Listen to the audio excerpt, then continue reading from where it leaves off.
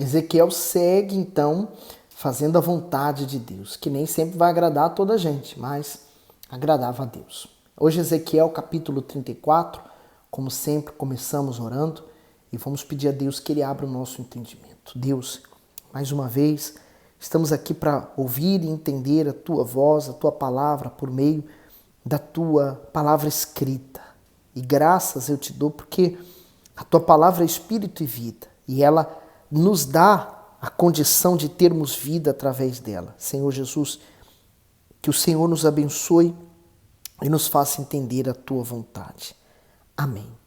E agora eu peço para você ter acompanhado esses vídeos, a meditação aqui na Palavra de Deus, que você procure, de alguma forma, evangelizar através desses vídeos, mande para alguém.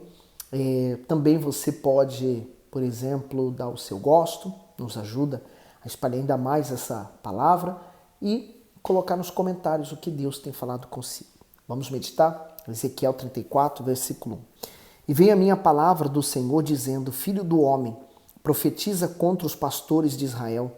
Profetiza e dize aos pastores, assim diz o Senhor Deus: ai dos pastores de Israel que se apacentam a si mesmos.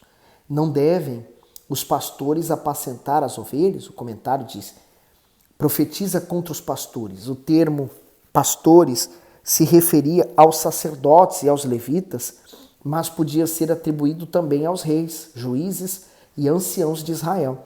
Embora tivesse a tarefa de cuidar do povo, chamado de rebanho de Deus, os líderes da nação defendiam seus privilégios e interesses. Não devem os pastores apacentar as ovelhas? A pergunta do Altíssimo tem resposta óbvia. Afinal, para que a nação possuía líderes? Não seria para proteger e cuidar das pessoas que lhes foram confiadas? Porém, não era isso o que os pastores de Israel faziam. Eles ignoravam sua vocação, suas funções e tratavam as pessoas com descaso. A principal característica do falso líder é deixar seu interesse pessoal acima de tudo. Ele usa sua posição apenas para obter benefícios, pois para ele pouco importa a necessidade dos outros. João 10, versículo 12, mas o mercenário e o que não é pastor, de quem não são as ovelhas, vê vir o lobo e deixa as ovelhas e foge, e o lobo as arrebata e dispersa as ovelhas. Por isso que o Senhor Jesus é o nosso pastor e Ele deu a vida por nós, suas ovelhas. No 3, comeis a gordura e vos vesti da lã, matais o cevado, mas não apacentais as ovelhas. O comentário diz: comeis a gordura. A lei mosaica estabelecia regras para que os sacerdotes realizassem os sacrifícios. Em ofertas específicas, eles poderiam se alimentar de determinadas porções de carne, mas o sangue e a gordura pertenciam somente ao Senhor. Essa gordura pode ser compreendida também como o leite da ovelha consumido por eles. 1 Coríntios 9, 7, quem jamais milita a sua própria custa, quem planta a vinha e não come do seu fruto, ou quem apacenta o gado e não se alimenta do leite do gado. A parte B do versículo do comentário diz: não apacentais as ovelhas. Os sacerdotes e os levitas se mantinham dos dízimos e das ofertas, e os reis e magistrados viviam dos impostos e dos tributos. Assim, ambas as classes se sustentavam com recursos provenientes do povo e, da mesma forma, tinham a responsabilidade de zelar por ele. Porém, esses líderes estavam cada vez mais gordos, fartos e opulentos, enquanto as pessoas viviam à míngua. Isto é, a parte espiritual não era feita, pois as pessoas não eram estimuladas à fé, nem ensinadas sobre a sã doutrina das Escrituras. Do mesmo modo, agiam os governantes, que não administravam bem e não prezavam pela justiça e pelo direito estabelecido nas leis. Além disso, por serem gananciosos, conseguiam meios para extorquir a população. Algumas semelhanças entre esses homens infiéis do passado e os de hoje, Uma pergunta bem pertinente que nos faz ver realmente porque muitos dos governantes estão mais interessados em seus próprios interesses do que no interesse da população.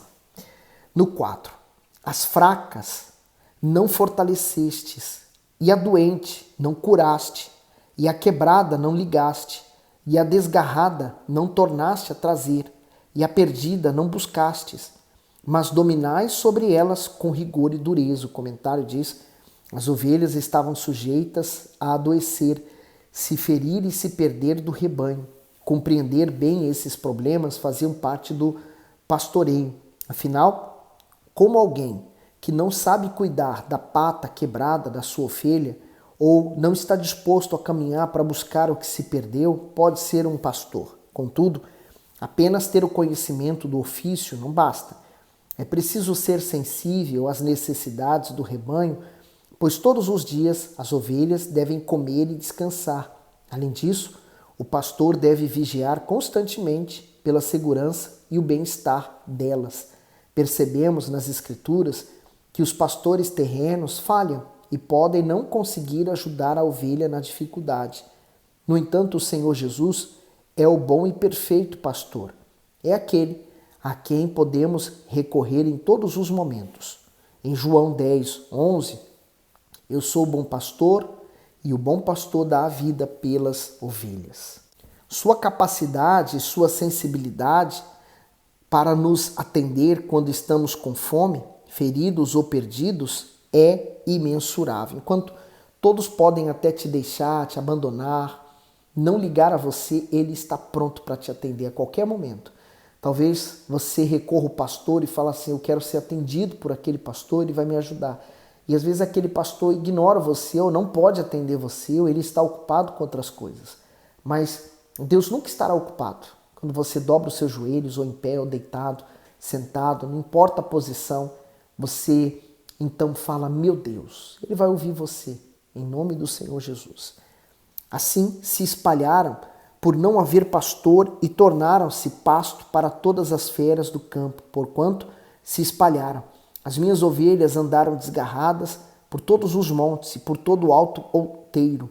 Sim, as minhas ovelhas andaram espalhadas por toda a face da terra, sem haver quem a perguntasse por elas, nem quem as buscasse. O comentário: andaram desgarradas, embora se beneficiassem das ovelhas, já que a carne, a lã, o leite, a gordura vinham delas, os pastores não davam assistência nem mesmo às necessidades mais urgentes do rebanho. Eles dominavam com tanta força, truculência e crueldade as ovelhas que elas saíam do redil e se espalharam. A partir daí, ficaram desprotegidas e se tornaram presas fáceis das feras. Os pastores não demonstravam preocupação porque não tinham o rebanho de Deus como prioridade. Ao contrário, as ovelhas fracas, feridas e doentes, que deveriam ser alvo da sua maior atenção, eram justamente as mais desprezadas. E por elas não ter pastor, elas faziam o que ela achava que era certo. Então cada pessoa fazia o que achava que era certo e na verdade todas estavam errando e caminhando para a morte. Então essa é o ponto-chave, né? Jesus, ele é o nosso pastor. Quando você lê o Salmo 23, ali está bem explícito o que Deus quer ser para nós, um pastor que nos guia. 7. Portanto, ó pastores, ouvi a palavra do Senhor, vivo eu, diz o Senhor Deus, que porquanto as minhas ovelhas foram entregues à rapina, e as minhas ovelhas vieram a servir de pasto a todas as feras do campo, por falta de pastor, e os meus pastores não procuraram as minhas ovelhas, e os pastores apacentaram a si mesmos, e não apacentaram as minhas ovelhas. Portanto, ó pastores, ouvi a palavra do Senhor. Assim diz o Senhor Deus: eis que eu estou contra os pastores, das suas mãos desmandarei as minhas ovelhas, e eles deixarão de apacentar as ovelhas. Os pastores não se apacentarão mais a si mesmos, e livrarei as minhas ovelhas da sua boca, e não lhes servirão mais de pasto. O comentário diz: livrarei as minhas ovelhas da sua boca. Deixar de apacentar o rebanho de Deus representa deixar de cuidar daquilo que ele tem de mais precioso. Por isso o Altíssimo se posiciona contra esses pastores. A responsabilidade do servo de Deus se constitui em levar a verdade para as pessoas, pois assim prova que zela pela salvação delas. O servo é como um fio condutor que leva a energia divina aos aflitos e necessitados por meio da palavra do Senhor eterno. Mas, se ele perder a visão espiritual, o seu alvo deixa de ser as almas para ser os interesses pessoais. Ao se esfriar na fé, ele próprio corta o fio condutor. Assim, mesmo que permaneça pregando, transmitirá apenas seus conhecimentos, pois perdeu a unção do alto. Diante disso, aquele que outrora foi chamado para ser instrumento divino, agora coloca a sua própria salvação em risco. Então, essa é a responsabilidade do pastor. O pastor deve zelar por aquelas pessoas, não é dele. Aquelas pessoas que nós chamamos de ovelhas, rebanho, elas pertencem a Deus. Mas o pastor está representando o Deus para elas, guiando. Então, imagine, eu tenho que ser agora para Deus como um receptor da palavra dele. Eu não tenho a palavra da verdade, mas eu transmito a palavra dele. A palavra dele já está escrita. Hoje não tem o que se enganar, né? Eu apenas preciso ler a palavra de Deus, você ouve e você decide se você vai obedecer ou não. É claro que no meio disso tudo, né, desses vídeos que eu gravo, eu estou emitindo também a minha opinião. Se a minha opinião for útil, siga ela. Se não, você descarta. Mas uma coisa é certa, eu e você, todos nós, somos ovelhas do mesmo rebanho, do rebanho do Senhor. Eu e você precisamos nos alimentar do mesmo pasto, a palavra de Deus, porque ela é quem vai dirigir nossa vida. E com respeito à palavra de Deus, a palavra de Deus não tem religião, nem A, nem B, nem C. A palavra de Deus é para ser seguida e obedecida. 11. Portanto, assim diz o Senhor Deus: eis que eu mesmo, procurarei pelas minhas ovelhas e a buscarei. Como o pastor busca o seu rebanho no dia em que está no meio das suas ovelhas dispersas, assim buscarei as minhas ovelhas e livrá-las-ei de todos os lugares por onde andam espalhadas no dia nublado e de escuridão. E tirá-las-ei dos povos e as congregarei dos países e as trarei à sua própria terra e as apacentarei nos montes de Israel, junto aos rios e com todas as habitações da terra. Em bons pastos apacentarei, e nos altos montes de Israel será o seu aprisco. Ali se deitarão num bom redil e pastarão em pastos gordos nos montes de Israel. Eu mesmo apacentarei as minhas ovelhas e eu as farei repousar, diz o Senhor Deus. A perdida buscarei e a desgarrada tornarei a trazer. E a quebrada ligarei e a enferma fortalecerei, mas a gorda e a forte destruirei, apacentar-tá-las-ei com juízo. E quanto a vós, ó ovelhas minhas, assim diz o Senhor Deus: eis que eu julgarei entre ovelhas e ovelhas, entre carneiros e bodes. Acaso não vos basta pastar os bons pastos, senão que pisais o resto dos vossos pastos aos vossos pés? E não vos basta beber as águas claras, senão que sujais o resto com os vossos pés? E quanto às minhas ovelhas, elas pastarão o que haveis pisado com os vossos pés, e beberão o que haveis sujado com os vossos pés. Por isso o Senhor Deus assim lhes diz: eis que eu mesmo, julgarei entre a ovelha gorda e a ovelha magra. Porquanto, com o lado e com o ombro, dais empurrões, e com os vossos chifres escorneais todas as fracas, até que as espalhais por fora. Portanto, livrarei as minhas ovelhas, para que não sirvam mais de rapina, e julgarei entre as ovelhas e ovelhas. E suscitarei sobre elas um só pastor, e ele as apacentará, meu servo Davi, é que as apacentará, ele lhe servirá de pastor. Então, quando ele fala isso, não é que Davi voltaria, não, mas era a semente, né? A linhagem de Davi. É o Senhor Jesus. Por isso que ele é o pastor. Então aqui está fazendo uma referência ao que o Senhor Jesus seria para nós hoje, né? Que maravilha. 24. E eu, o Senhor, lhe serei por Deus, e o meu servo Davi será príncipe no meio delas. Eu, Senhor, o disse. Então, quem segue Jesus está seguindo a Deus. Quem vai a Jesus consegue ter acesso ao Pai. 25. E farei com elas uma aliança de paz, e acabarei com as feras da terra, e habitarão em segurança no deserto e dormirão nos bosques. Essa aliança é um casamento de paz. Você casa com a paz. O que significa isso? Quando nós estamos ainda mortos em delitos e pecados, nós então estamos sem paz com Deus, porque a paz, verdadeira paz, ela vem de Deus conosco. Então, quando nós ingressamos na fé, nós então passamos por Jesus, sepultamos, crucificamos a velha criatura, Jesus então nos lava, asperge o seu sangue em nós e nos perdoa dos nossos pecados. Então somos justificados e remidos, quer dizer, comprados de volta para Deus. E como se Jesus viesse e falasse assim: Pai, aqui está mais uma filha para ti. E o pai fala: Tu és minha filha, tu és meu filho. Faz aliança de paz. Quando somos justificados, somos cheios da paz. 26.